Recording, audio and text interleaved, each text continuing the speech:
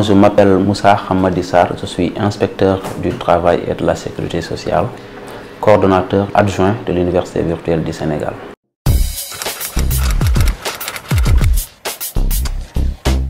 Oui, le cabinet, c'est, comme vous le savez, dans toutes les universités du Sénégal, il y a à la tête une personne qui est soit appelée recteur ou coordonnateur, comme c'est le cas ici à l'UVS.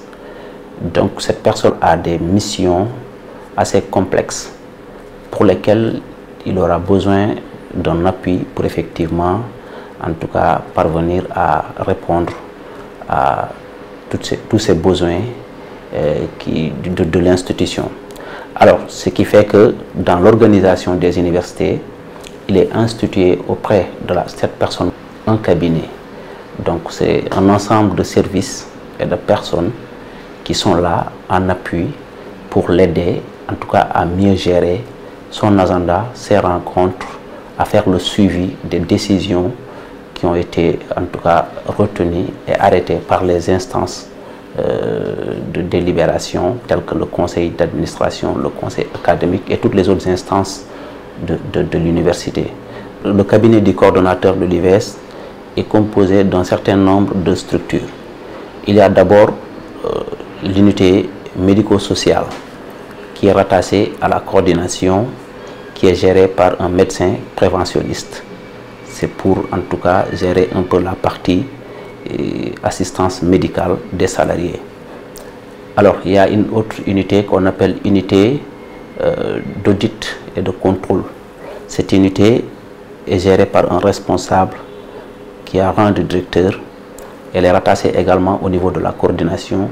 C'est pour permettre en tout cas d'améliorer les procédures internes et à un moment donné aussi sur certaines questions permettre au coordonnateur d'avoir une idée avant toute prise de décision.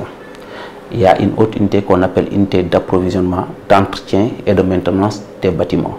Comme vous le savez, l'université fait des commandes et ce sont des commandes publiques qui obéissent à un certain nombre de règles. Il va falloir quand même des techniciens qui sont en tout cas à la base pour aider l'autorité et plus encore pour l'unité d'approvisionnement. On a rajouté le maintien, la maintenance des bâtiments. Donc c'est pour permettre aussi, comme vous le savez, la configuration de l'université virtuelle. Ce sont des espaces numériques ouverts qui sont en tout cas un peu éparpillés sur le territoire national. Nous avons un patrimoine qu'il faut gérer et pour cela cette unité est chargée de tout ce qui est maintenance et entretien en tout cas de nos bâtiments. Maintenant il y a deux cellules au niveau du cabinet. Il y a trois cellules, j'allais dire. Il y a la cellule de passation des marchés qui est rattachée au coordonnateur. Il y a la cellule des affaires juridiques et du contentieux pour aider en tout cas par rapport à l'élaboration des textes juridiques et au contrat. Il y a une cellule du suivi et de veille pour permettre au coordonnateur, dans le cadre du suivi que je disais tout à l'heure, d'avoir un monitoring des activités et veiller à rappeler en tout cas à l'autorité l'ensemble de ces rendez-vous et décisions qui ont été prises et qu'il doit exécuter. Maintenant, en dehors de ces unités et des cellules, il y a les assistantes qui sont là à côté du coordonnateur, qui gèrent le courrier, les rendez-vous, en tout cas tout ce qui est rôle d'une assistante auprès du coordonnateur. Maintenant, nous avons un agent de liaison aussi qui est rattaché au cabinet pour gérer le courrier, l'acheminement des courriers. Voilà globalement l'ensemble des services qui sont rattachés actuellement au niveau de la coordination.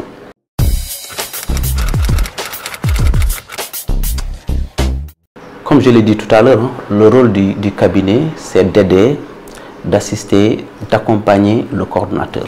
Vous savez, dans le décret portant organisation et fonctionnement de l'Université virtuelle du Sénégal, il y a des missions qui sont assignées au coordonnateur.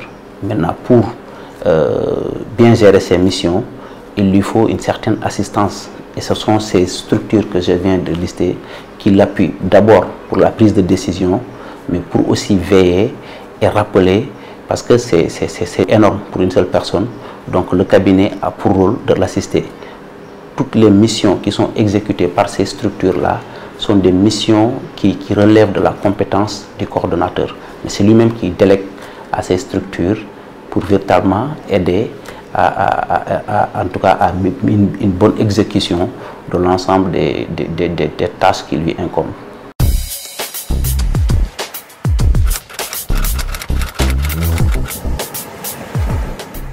Bon, oui, le coordonnateur adjoint, il est nommé par décret. Il est la personne, en tout cas, qui est chargée de la coordination des affaires administratives.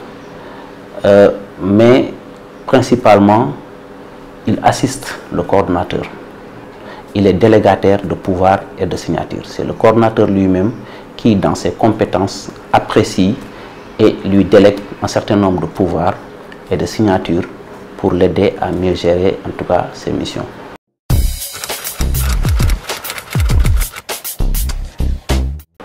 D'emblée, il faut dire que c'est une université, au même titre que les autres universités, pratiquement régie par les mêmes textes.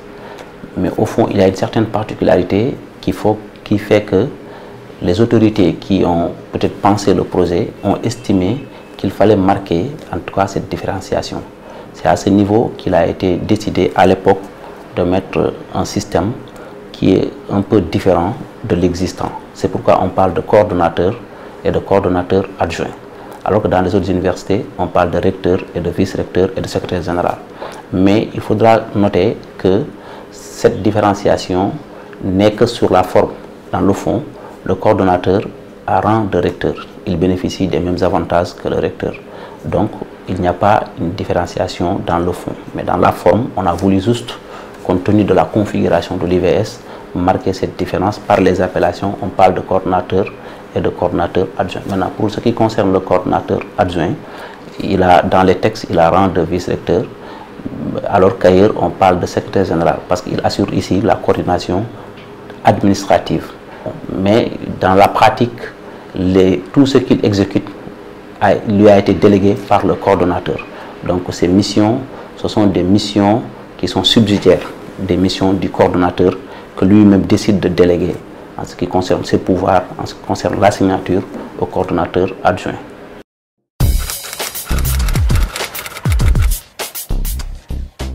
Bon, vous remercier et remercier tout le personnel de l'IVS d'abord pour ce que nous sommes en train de faire, surtout en cette période de crise sanitaire, mais également qui coïncide avec la montée en puissance de l'IVS. Vous l'avez constaté, nous avons reçu beaucoup d'étudiants.